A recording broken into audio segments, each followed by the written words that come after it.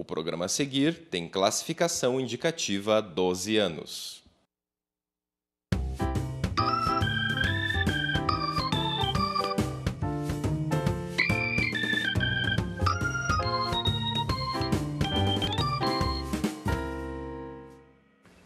Olá, direto dos estúdios do Polo de Comunicação da Universidade Federal do Paraná, está começando mais um programa Cobras e Lagartos. Tire as crianças da sala e também aqueles fracos de coração.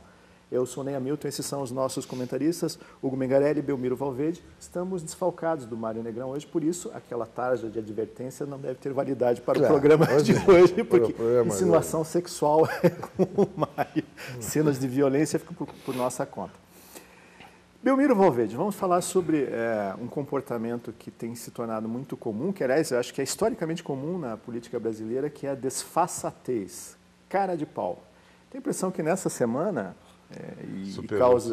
superou todas as expectativas, principalmente por causa dos antecedentes, né? Nós tivemos aí 3 semanas o Brasil em chamas, né? E você imaginava, as pessoas imaginavam que os políticos, as pessoas que comandam esse país, tomariam um pouco de juízo na cachola, né? Mas não foi o que aconteceu. O jornal Folha de São Paulo denunciou nessa semana o uso de aviões da Força Aérea Brasileira para o que a gente pode traduzir de uma forma muito rasteira de farra. Quer dizer, figuras eminentes da República, né? O presidente do Congresso, Renan Calheiros, o presidente da Câmara e também o ministro da Previdência usando o jatinho. Ministro da Previdência também. Ministro da Previdência também. Foi o mesmo casamento que o Renan Calheiros... O que você descobriu até agora. O que por enquanto, claro que isso pode ter desdobramentos. A pergunta que eu faço, Belmiro, não existe limite? Essas pessoas não têm aquele famoso acessório chamado semancol, principalmente a classe política brasileira? Olha, a demonstração de cinismo, mesmo vindo dessas pessoas, né, ela surpreende, porque é inacreditável, né, que as pessoas realmente não tenham a menor sensibilidade para imaginar que, no mínimo, elas vão sofrer alguma represália de indignação. Porque eu fico pensando como é que é uma pessoa dessa, é por isso que eles acabam se isolando, eles andam em jatos particulares, não frequentam os lugares públicos, porque carros com vidros pretos, né? Cercado de homens de preto, né? E todos vestidos com um terno tipo Armani. Que não fecha na frente, né? Fecha, o cara é musculoso. E com óculos escuros, parece aqueles Tonton Macuti no tempo do Valier no Haiti. Só isso que protege da vaia, do escárnio, né? Porque, venhamos, né? Agora, eu acho, né, Ney, que também a culpa talvez agora comece a reverter. Eu não estou tão crente que vai reverter nada, não, com essa coisa dessa discussão da reforma política, que já está começando a sobrepujar a indignação popular com a qualidade dos serviços. Está na hora também de fazer uma varredura desse monte de privilégios que cerca a vida pública no Brasil. Qual é o lugar do mundo que ministro tem jato particular da Força Aérea? Da Força Aérea? Não é? Da Força Aérea para te levar para passar o fim de semana em casa? Vá para os Estados Unidos, vá para a França, o cara mora lá em Montpellier, vê se ele tem coragem na cara dele de chegar e dizer assim, me requisita um jato para me levar lá para Montpellier, ou para Nice, ou nos Estados Unidos para me levar no Wyoming, aí me pegar assim. E é isso que acontece. Outro dia saiu a relação, a dona Ideolide Salvati usou o jato da FAB 150 vezes em 2 anos. Quer dizer, e nós pagamos. Agora, é um cínico como o Henrique Alves, que é um homem rico, de uma família rica, aliás, a mesma família do Garibaldi Alves, os dois são primos, né? Ou parentes, um é sobrinho do outro, um é filho do Aloysio Alves e o outro é o Garibaldi Alves, que, se não me engano, é irmão do Aloysio Alves. Vai dizer, não, eu me enganei, então eu vou pagar aqui o preço da passagem. Não, tem que pagar o preço da locação. E eu tenho que pagar o preço de um coronel da aeronáutica, de um capitão da aeronáutica, de não sei quantos mecânicos, de um avião que deprecia, que custa 40 milhões de dólares e que deprecia, né, ou então pagar o preço o aluguel de um avião daquela... do táxi aéreo. 160 mil reais. Claro. Esse que é o tem que preço. pagar, não é para pagar 7 mil reais, que ainda foi lá ver na Gol qual é a promoção. Não tem uma promoção aqui da Gol que se você... De última hora. De última hora, quem sabe se você pegar aquele assunto perto do banheiro, então você paga R$1.000, então é isso que eu vou pagar. Isso é ridículo, isso. Isso é grotesco. Lamentavelmente, isso fala mal. Agora, você vê, isso se repete em tudo, Ney. Agora mesmo estou uma briga em Curitiba com 2 deputados que querem ser membros do Tribunal de Contas. Ambos foram acusados de ter funcionários fantasma. Não eram fantasmas. Eram agentes políticos trabalhando no meu escritório. Não eram fantasmas, eram ectoplasmas. Ectoplasma. Mas desde quando, meu Deus do céu, cabe à nação pagar o agente político, que nada mais é do que o antigo cabo eleitoral? A nação não tem que pagar o teu cabo eleitoral, não. O cabo eleitoral é coisa do político. Ele tem que pagar as despesas do homem público ou da pessoa pública. Tá? Mas não, vai ficando, não. Agente político. Quer dizer, é o eufemismo, sabe, não é? Você vai criando essas coisas todas, então fica. O gordo é o cara que tem a circunferência abdominal hiper... Exacerbada. O que é isso, gente? Hugo, você acha que essa desfaçatez, esse cinismo, porque acaba sendo cinismo, escárnio, quer dizer, até a forma como o presidente do Congresso respondeu, disse, cinismo. Usa aí, não pago, não vou pagar porque eu estou revestido de um cargo que me garante esse tipo de privilégio. Você acha que isso vai ter fim em algum momento? Porque os políticos parece que gostam de viver perigosamente, né? Não, eu acho, insisto, me parece a mim que se sacudir um pouco com o povo que sai na rua, o povo tem que saber que tem que continuar na rua. Porque eles passaram as 2 semanas de movimento, pronto, eles já passou disso. É mais ou menos como a piadinha essa de Porta dos Fundos, quando Dilma reúne todo mundo, vamos ter que parar de roubar 2 meses. Fazer um parênteses, sugerir aos telespectadores que assistam na internet, no site, é só procurar no YouTube Porta dos Fundos, reunião de emergência. É impagável, é uma aula de política brasileira. Então, 2 minutos. Aí assistam também Ciclo da Vida, que também é do mesmo Porta dos Fundos. Então, quando você vê que a coisa é por esse lado, ou seja, eles sabem muito bem que não tem parada. Não tem parada. Porque na Casa Grande pode tudo. Isso é uma frase não minha. Aos amigos, tudo. Aos inimigos, justiça. Ou seja, a justiça são os que dormem na senzala, os que terminam no pelourinho. Isso é estrutural, companheiro. Nós teremos que remontarnos como foi nossa conquista. Não adianta, vamos a discutir. Não. O problema vai ser que em algum momento isso vai trazer problemas seríssimos. Porque assim como as pessoas saem e ordeiramente estirando os que querem fazer bagunça, depois vão ser minoria os que querem fazer, minoria os que vão sair ordeiramente, e a maioria vai sair para quebrar tudo, porque não vão aguentar mais. Não se aguenta mais. A violência, esse cara, não vou pagar, não. Ou seja, me pergunto, você que inclusive até tem famílias militares, me explica uma coisa, como a FAB entrega aviões a essas pessoas? Não, a lei manda entregar, ela entrega. Como a lei manda entregar? Claro, eles são subordinados dá direito ao ministro de requisitar um avião. Um avião para um casamento? Mas aliás, foram 2 que foram para o mesmo casamento com um avião cada um? Claro, daí a gente vive dizendo que os milicos têm que cumprir as ordens dos civis, e eles fazem exatamente isso, cumprem as ordens dos civis. Mas não há... Se não é golpe de Estado.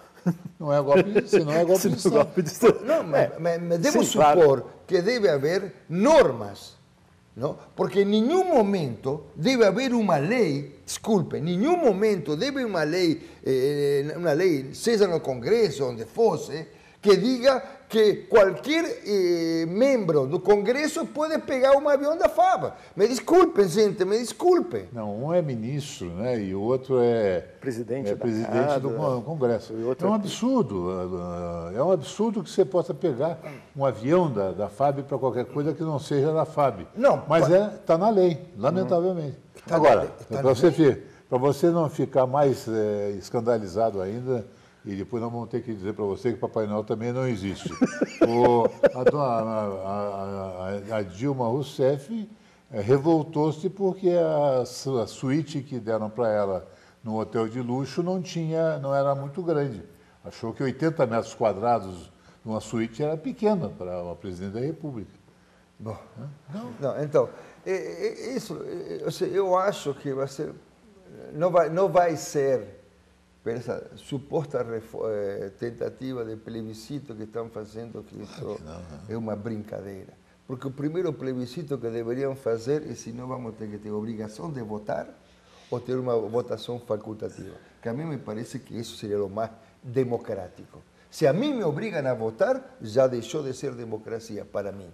Me entende? Acontece que se, de repente, não é obrigado a gente a votar, tem muitos sem vergonha que estão lá que não se escolheria nem brincando, não se elegeria nem brincando esse pessoal, me entende? Então, por isso que nem falam, não, isso nem se discute de que o povo tem que estar obrigado a votar. Então, imagine se Henrique Alves e Renan Calheiros são os que vão organizar as perguntas que nós, os otários, vamos ter que votar. Ah, não, para um pouco, com todo respeito. Vamos parar com isso, me entende? Porque essa é uma resposta estúpida, cínica também, absolutamente cínica, me entende? E principalmente o PMDB, que pela frente, sim, mas por trás está organizando para que não. Algum momento, por exemplo, se pensou seriamente em todas essas queixas de melhor saúde, melhor segurança, melhor transporte, melhor educação, se pensou, por exemplo, em fazer uma reforma fiscal? Ontem nós estávamos escutando dois professores, um da Getúlio Vargas e outro da Unicamp. Quem paga imposto neste país são os miseráveis, os pobres e a classe média. Sim. Lá não paga nada. Isso é democracia, meu? Desculpa. Você tem mais anos que eu e muito mais experiência no campo. Isso é democracia? Isso é justiça? Não, isso é brincadeira. Então, não é uma coisinha. Me entende? Quando vai parar isso? Ixi, será que vai parar? Não vai parar pelas boas, não, lamentavelmente. A história da humanidade mostra que só para na porrada. Eu sou pacifista, mas eu acabo concordando com você. É possível a gente imaginar... Eu também sou pacifista. É possível a gente imaginar, Belmiro, que as coisas acabem mudando no Brasil de alguma forma, principalmente o que diz respeito à máquina pública. Eu não digo a máquina pública nos serviços públicos essenciais, mas, por exemplo, o peso que o Congresso tem com todas as suas mordomias, quanto custa você manter deputados, senadores, etc. E esse efeito cascata que vai por todos os estados, por todos os municípios que tem... Quer dizer, se não se fizer realmente uma reforma drástica no país, nós temos salvação? Olha, nós vamos ter salvação, esperança eu tenho, porque depois que a Itália conseguiu moralizar a política,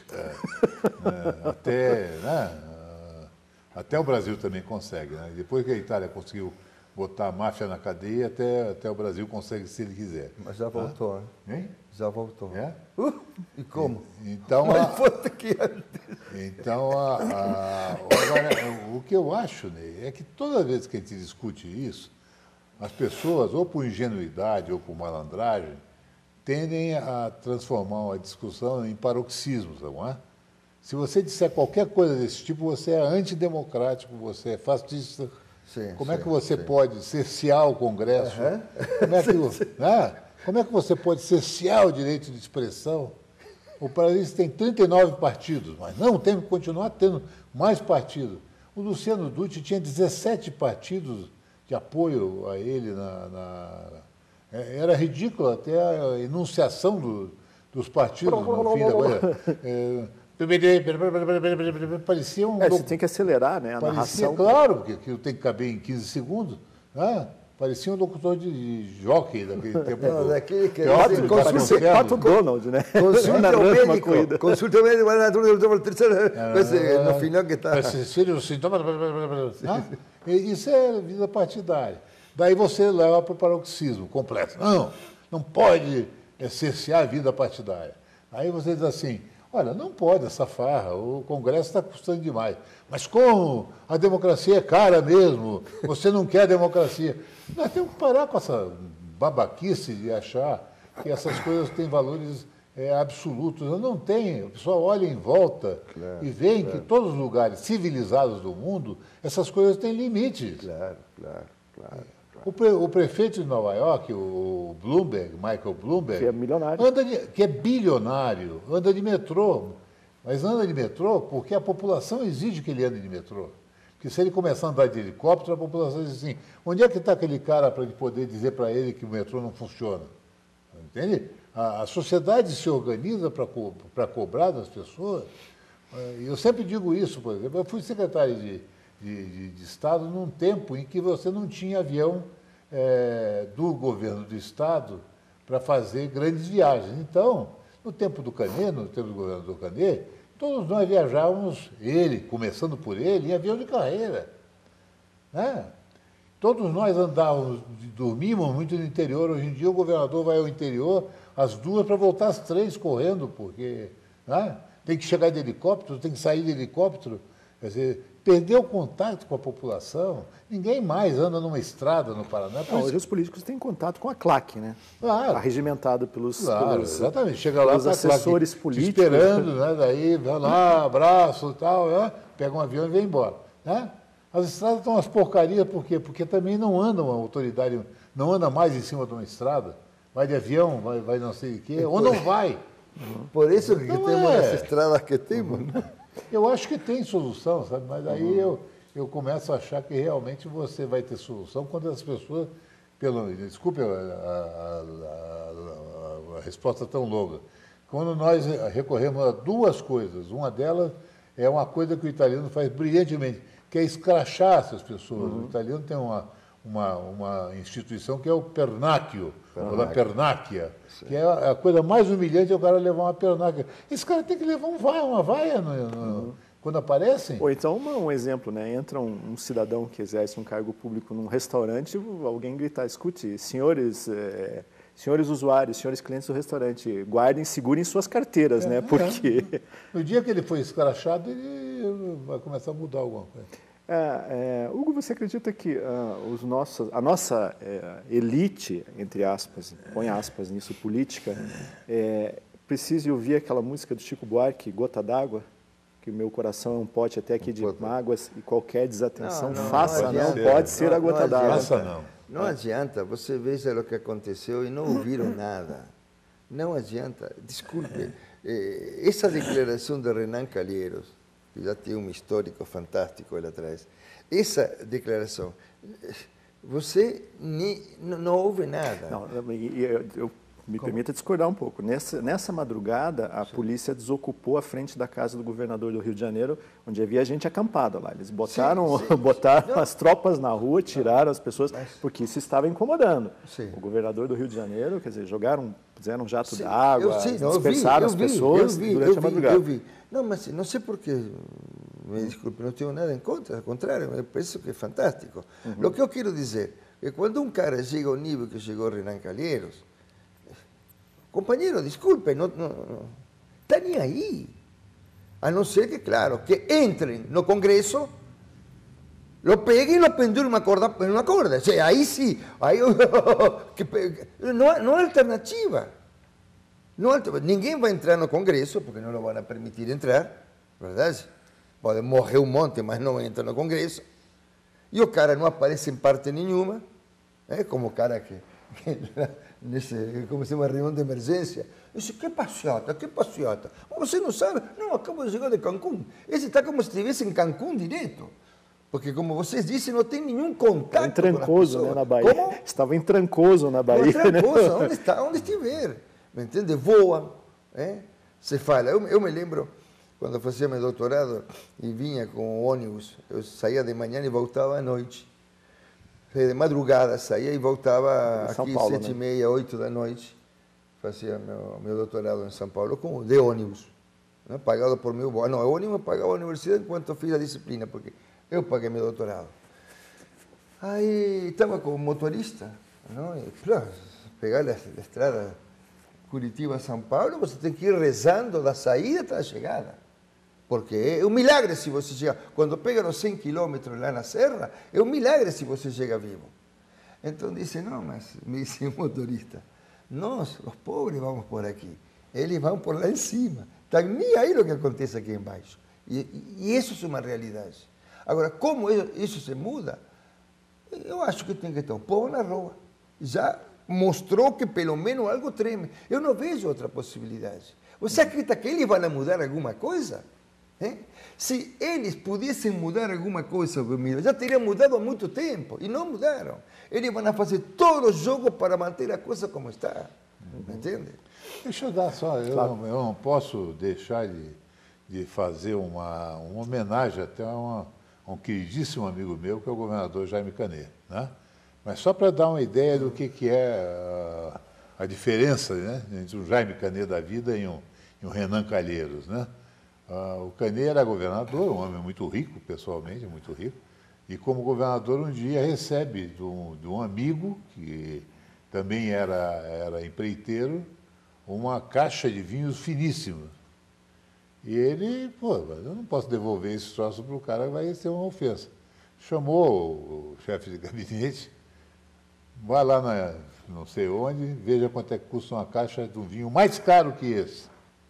Pegou um vinho mais caro que esse, pegou um cheque pessoal, entregou, ele vai lá e mande para ele. Para não ficar devendo favor a ele, nem a ele, a mim. Para que não se confunda as coisas. Se eu não pudesse fazer isso, eu devolveria a caixa. Mas como eu posso, né? Quer dizer, é separar o público do privado. Claro. É aquilo que o Barão de Tararé falou, que é aquilo, né? Para muitos a vida pública é a continuação da privada. Esses caras transformaram a vida numa cloaca. Né? Como é que você pode chegar nesse nível? Né? Eu não sei. Mas lamentavelmente é isso mesmo. Quer dizer, agora nós estamos começando a discutir se são 5 perguntas do plebiscito ou se são 4. Aí o Renan, o Michel está com aquela cara dele de filme do Vincent Price, que eu nunca vi uma pessoa. Aquele cara é talhado para um filme de terror, né?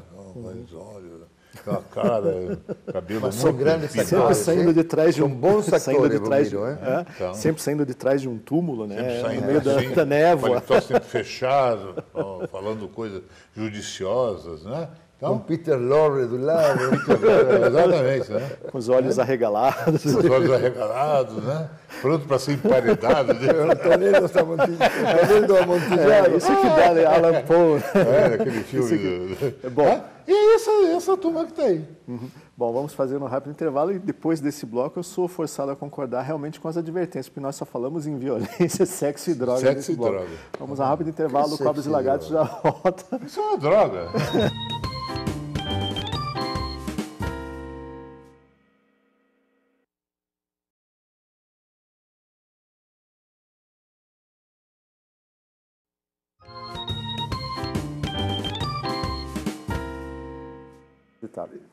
Voltamos com o segundo bloco do programa Cobras e Lagartos, sempre lembrando aos telespectadores que os temas que nós discutimos aqui não são previamente apresentados aos nossos debatedores. Muitas vezes eles adivinham, como é o caso do primeiro bloco, mas nesse segundo bloco nós vamos falar um pouco de um assunto mais filosófico. Hugo Mengarelli, arrependimento. Por que nós nos arrependemos tanto? E por que isso acontece em determinada fase na nossa vida? A gente começa a fazer um déjà vu das coisas que aconteceram com a gente e a gente começa a dizer, puxa vida, mas eu deveria ter tido mais tempo para mim, eu deveria ter tido mais tempo para minha família. Dizem assim, não? Assim, olha o Luiz Borges. Exatamente. 20 anos, puta, aguentar o pai era impressionante. Aos 30 anos, a gente começava a falar um pouco nele, mas também aos 40 a gente começou a falar. Quando eu cheguei a 50, já que queria falar, eu não tenho mais. É uma história. Mas eu penso que tem a ver em nossa civilização ocidental e cristã, porque não podemos pensar que a sociedade, as civilizações orientais são iguais, são diferentes, têm outro tipo de estrutura, mas na nossa sabemos que o pai tem uma função muito particular. Tal é assim que Charles Darwin vai falar por primeira vez e Freud tratará de trabalhar, por exemplo, o que se chama o pai da horda primitiva. O pai da horda primitiva, quem era?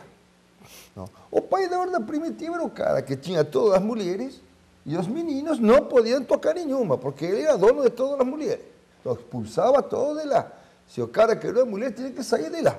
Mas de jeito nenhum, as mulheres que nasciam iam ser para o papai. Um dia os irmãos se encheram, se uniram, mataram o pai, mangiaram o pai, logicamente, porque se lo mataram porque queriam ter toda a força desse homem. Não comemos a hóstia por casualidade. A hóstia é o sangue e a carne de Nosso Senhor, ou não? ¿Verdad? Nós, de alguma maneira, queremos, na comunhão, não? Nessa relação que estabelecemos, queremos aproximar-nos a Cristo. Claro. Muito bem. Lá comeram o pai. Quando terminaram de comer o pai, já pensavam que iam a pegar todas as mulheres, os caras começaram a pensar. Ficaram com remorso. Aliás, com culpa. Porque o remorso tem que ver alguma coisa com a culpa. E disse, caramba, puxa, digo, não, mas não vai dar, pô, matamos esse cara, é tão legal, aprendemos tantas coisas com o pai. Puxa vida. E escuta, e se amanhã a gente quer comer uma mulher assim, nos transformamos e se vem nossos filhos nos querem matar e comer também. Não. Vamos fazer o seguinte. Está proibido comer as mulheres do clã. Qualquer um vai buscar mulher fora. Só no sentido figurado. No sentido figurado. Não, perdão. Não, espera, que figurado. O clã é a família. Não comer. Comer. Estou brincando. Não, mas é sério, porque se implanta uma lei que é a proibição do incesto. Não é pouca coisa que está trabalhando Freud aí. Não está delirando, não era nenhum um cara que delirava. Não? Então, penso que em nós está muito isso. Né? Em nós e nessa necessidade que nós temos, de alguma maneira, de matar o pai para poder superar-nos. Às vezes lo matamos de forma estúpida. E outras vezes lo matamos brincando. Meus filhos, teu filho, você tem filho homem? Não. Mas você também não. Mas eu tenho um filho homem. Meus filhos homens, sabe quantas vezes me matavam? Pai, te matei! Pai, eu tinha que cair morto. Claro, porque se eu não caía morto, coitadinho, eu ia terminar na cruz como Jesus, que não conseguiu matar o pai. Então não é fácil esse tipo de coisa. É muito sério. Então nós carregamos essa culpa. Me entende? O problema é saber se é a culpa ou se é uma dívida. Essas coisas temos que poder articular. Para muitos é culpa, porque se desejou muito aquilo e se desejou muito a morte daquele outro. Me entende? Agora, mas a dívida é outra coisa. Por exemplo, a dívida é ter uma origem, uma família, que de alguma maneira me trouxeram até aqui. Eu tenho uma dívida com isso. Dívida que eu, de alguma maneira, passo para meus filhos. Dívida, não culpa. Então, seria tão importante separar culpa e dívida. Ora, quando você está em um lugar, desculpem, gente, com todo respeito, onde mamãe é possível, não é nada que nós cantamos a mãe gentil, nós cantamos o pai severo, cantamos a mãe gentil. Me desculpem, gente, mas para pensar. Quando a mãe gentil está aí para todos, a culpa é grande, gente. É muito. Quando se tem culpa, porque nós vemos aí que se rompe, se quebram as normas e o cara não tem culpa nenhuma. Aliás, são os cínicos, como falamos. Nós, pelo menos, parece que quando quebramos uma regra, nós ficamos com a cara envergonhada. Às vezes lo fazemos indiretamente ou diretamente, vai saber como, mas nós cometemos as falhas, ou não? Sim. Não? Sim, claro, cometemos. Então aí ficamos com a culpa. Puxa vida, me perdoe Deus, me perdoe quem for, porque eu cometi esse erro, me entende? Mas tem outros que, lamentavelmente, a culpa não entra. Por quê? Porque não está no campo dessa neurose que nós estamos. Está no campo que se pode chamar da perversão, onde tudo é possível. E, fundamentalmente, fazer gozar o outro, se esse outro é a mãe. Belmiro, normalmente... Desculpe, deu para entender ou ficou muito complexo? Acho que deu para entender. Algumas coisas... Perfeito. Tá. Diria o gaúcho, eita índio estrumado. Não. Belmiro, qual arrependimento que pesa mais? Por aquilo que nós fizemos ou aquilo que nós deixamos de fazer? O que nos deixa com uma dor maior? Eu acho que mais as coisas que você fez e que você, efetivamente, numa segunda avaliação, você não teria feito, né? Eu nunca tive nenhum arrependimento das coisas que eu não fiz. Né? As coisas que você não fez, para mim, são oportunidades que você perdeu, ou situações que você não aproveitou, ou então juízos que você, na época, não teve a capacidade ou condição de fazer corretamente. Agora, as coisas que você fez e você conflitaram depois com o teu código interno, com tuas crenças metafísicas, ou a tua religião, com o que quer que seja, né? Isso eu acho que pesa mais, né? Então, quando eu vejo, por exemplo, eu vejo muita gente se lamentando, quando eu era jovem, devia ter feito. Eu não tenho nenhuma lamentação. A minha juventude foi o que pôde ser. Quer dizer, né? Gozei o que eu pude gozar, aproveitei o que eu pude aproveitar, e não aproveitei muita coisa. Algumas dizem, devia ter feito. Devia, mas não fiz. Não adianta agora ficar até porque é fácil você ser crítico de obra acabada. Agora, de muitas coisas que eu fiz e que não gostaria de ter feito, isso eu tenho arrependimento. Eu também. Muitas coisas que eu fiz e que, puxa vida, devia ter feito diferente. Ou não deveria ter feito. Isso eu tenho arrependimento. Isso chama-se amadurecer? Eu acho que sim, né? Eu acho que você, pelo menos, tira de você aquela ideia de que não, que você está sempre certo e que, né? E da autojustificativa permanente, né? Não, eu fiz assim, mas sabe como é? Né? Aquilo que o psicólogo chama de racionalização, né? Então, você tem que encontrar uma razão para aquilo que você fez. Não, algumas vezes eu claramente estava errado, e estava errado mesmo, e pronto. Né? Lamento muito, né? Quer dizer, eu, como gosto de música country americana, tem uma música do Waylon Jennings, que ele diz que ele não... aliás, do Willie Nelson, que diz que é tarde demais para se arrepender, né? It's too late to change, né? É tarde demais para mudar, né? Então, ele diz isso mesmo, quer dizer, assim, há muitas coisas que eu fiz na minha vida das quais eu não me orgulho. Uma coisa eu não fiz, eu nunca quis prejudicar ninguém voluntariamente, né? E ele daí conclui melancolicamente, diz assim, it's too late to change it, it's too late to do something about it, né? É tarde demais para fazer qualquer coisa sobre isso. Então é mais ou menos isso, quer dizer, acho que é um tipo de amadurecimento, sim. Hugo Mingarelli, uma universidade americana, eu confesso que eu li há algum tempo esse artigo e não lembro qual universidade, eles fizeram uma grande pesquisa sobre do que as pessoas mais se arrependem. E normalmente as respostas elas estavam associadas ao tempo que elas deixaram de viver, ao tempo que elas deixaram de fazer alguma coisa. Isso é um sintoma dos nossos tempos, quer dizer, a falta de tempo? Eu não sei se seria isso. Pode ser. Hoje temos tanto tempo, porque talvez nunca se teve tanto tempo como hoje e não alcança o tempo. Não? Isso é um pouco paradoxal isso. Eu não sei se... Porque quando a gente é criança ou jovem, tem uma visão da vida absolutamente diferente, não? Como disse Belmiro. Não? Ou seja, os anos começam a amadurecer, né? Nós começamos a entender, em todas as tentativas que fala melhor de Fernandes, em 20, você queria isto e foi aquilo, outra, e quando você acha que não alcançou a vida, é porque realmente ela alcançou, que desde sempre é um projeto frustrado. Cada qual paga seu preço. Contente-se que o céu não seja muito alto. Mas uma coisa é certa, no final, o bandido morre, os mocinhos também, e toda a plateia. Isso é melhor Fernandes, genial. Então, sempre, porque nós temos uma expectativa que nunca vai se cumprir. Verdade? Você sempre, eu acho que passa contigo, nós sempre temos uma expectativa diante das coisas e não se cumpre. Entende? Esse arrependimento de que, por que não fiz? Não fez porque naquele momento não tinha condições, ele colocou muito bem. Me entende? Eu tenho coisas que eu fiz e que até hoje me dá vontade de quebrar minha cabeça. Porque eu fiz inclusive molestando e afetando a seres queridos, a seres que lhe devo muito em minha vida.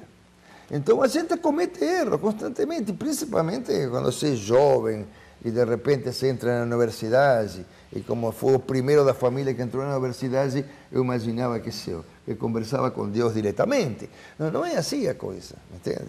Então, depois com o tempo, você começa a analisar e te arrebenta, te arrebenta. Penso eu que mais está nas expectativas que você tinha que propriamente o tempo perdido por isto e por outro. Porque a gente perde, nós estávamos falando outro dia aqui, não? Como a vida te leva. Lembra? A vida te leva e às vezes a gente não escolhe nada, a vida escolhe por você. Nós não estamos no comando, né? Ao contrário do que a gente pensa, né? Nós não controlamos nada. Exatamente. Deixa a vida me levar, a vida leva eu, né? Claro. Dizia Zeca Pagodinho. Claro. Mas eu acho que não é só isso. Vocês me perguntaram, e como você fez escolha? E, bueno, depois de 30 anos de análise, querido, se não tenho condições mínimas de escolher alguma coisa, estou perdido, me entende? Eu fiz escolha, sim. Eu posso dizer, e outras vezes fui escolhido, companheiro. Fui levado pela vida. Né? Então, eu acho que o arrependimento tem isso. Aquilo que não conseguimos fazer, ou alguma coisa que conseguimos e foi errado, foi tremendo, que hoje você, pelos valores que tem hoje, dirá, pelo amor de Deus, como eu fiz isso? Nossa, um arrependimento, uma culpa, que sempre me parece que essa culpa é originária. Não? Por isso que eu faz tempo que perdi um pouco a culpa, mas eu tenho dívidas, e essas dívidas há muito tempo já, para mim, são fundamentais, porque são o que de alguma maneira posso deixar de bom a meus filhos e a meus netos. Essa dívida. Vocês são Mengarelli. Cuidado, che. Esta família não descobriu a América, não foi à Lua, não deixou rocha no chão. Não. Esta família é uma família que não tem uma história suja, que tem história de trabalhadores, gente honesta, humilde, responsável, que é o que a mim me pediram. E eu passo para meus filhos. Quando te pede uma coisa e você aceita, fica em dívida, não é verdade? É o mesmo que eu pedi para meus filhos, essa dívida. Que não seja culpa. A culpa já passa por outro campo. Passa por esse campo, diríamos, em que a gente vive quebrando normas, quebrando coisas, que para mim tem a ver muito com aquela historinha que contei no começo. Em que medida a gente se bota um limite e diz que é até aqui. E que nós sentimos que não é até aqui hoje, por exemplo, pelo que estávamos falando antes. Miro, o fato dessa pesquisa nos Estados Unidos ter apontado a relação entre o arrependimento e o tempo que as pessoas deixam de fazer aquelas coisas, isso não é cair a ficha de que realmente nós somos finitos, quer dizer, que nós temos o reconhecimento de que nós não somos eternos e que isso realmente que é... Claro. É por aí? Claro. É por isso, inclusive, eu acho que quando você é criança, o teu tempo é muito mais longo do que quando você, né? Exatamente. Quando você é criança, você não Toda a vida pela tem a frente. vida pela frente, então... Os dias parecem Os longos. dias parecem longos. Como diz, as férias O distantes. ano escolar é um negócio infernalmente comprido. As férias incrivelmente curtas. O Chávez tem uma metáfora muito boa. Está pensando no mundo, como está indo para a questão da ecologia mundial, como está se destruindo. Se diz, nós temos que pensar nos jovens, porque para nós o sol está aqui, mas para os jovens o sol está lá na frente. Não é uma Tem bela todo o tempo para passar. Não? Então, eu acho que é isso mesmo. Agora, e nós, na vida moderna, você sabe que o tempo é uma categoria de estudo organizacional muito importante, né? E nunca foi levado muito a sério, né? Só mais recentemente. Exatamente por uma série de coisas. Primeiro que a tecnologia estreitou muito tempo. Antigamente o cara chegava, os eventos eram separados por meses, anos, né? O cara ia fazer uma viagem, a viagem demorava um mês. O cara para sair de Nova York para ir para São Francisco era 2 meses. O cara ia pelo Estreito de Magalhães, quer dizer. Então, você imagina, né, mandar uma carta para algum lugar era coisa de meses. Né? No Brasil, mandar um telegrama era coisa de meses. Um telegrama. Né? Imagina, Telegrama. E a de bicicleta. O carteiro da Isauria Garcia, quando o carteiro chegou, já estava fazendo bodas de prata com outro marido. Né? Pois é. Né? Então, a tecnologia estreitou muito isso. Sim, é tudo instantâneo, é tudo rápido. O cara pega o telefone, acha em qualquer lugar, aí vai lá na internet, não sei o que e tal. E isso vai estreitando, paradoxalmente, o tempo que está sobrando, você também está dedicando a coisas que reforçam muito essa finitude. Quer dizer, você diz, olha, meu tempo está acabando, quer dizer, agora, daqui a pouco, né? E eu passei não sei quantas horas no Facebook, no Twitter. Olha, então, eu acho que você pegou exatamente no ponto que eu quero chegar. Eu já estou numa fase que eu não passo mais hora em Facebook, eu acho que eu tenho muita coisa mais importante. Importante não, muito mais coisa mais prazerosa para fazer antes de passar desse Vale de Lágrimas ou para o meu curso de caldeiraria industrial ou para o meu observação de estrela. Né? Entende? Eu não vou perder meu tempo com Facebook, com coisa, mandando mensagem e recebendo mensagem. Né? Então, eu acho que daí você começa a ficar seletivo em relação à questão do tempo. O remorso é exatamente isso. O cara chega, ai meu Deus do céu, como eu joguei fora tanto tempo fazendo tanta coisa que eu perdi tempo na realidade. Né? Existe remédio para arrependimento, Hugo, ou é aquela frase curta, arrependimento mata? Eu acho que o que existe do arrependimento... Mata aos poucos. Claro, né? o que existe do arrependimento é fundamentalmente você ter consciência do que te levou ao arrependimento e não cair no mesmo assunto.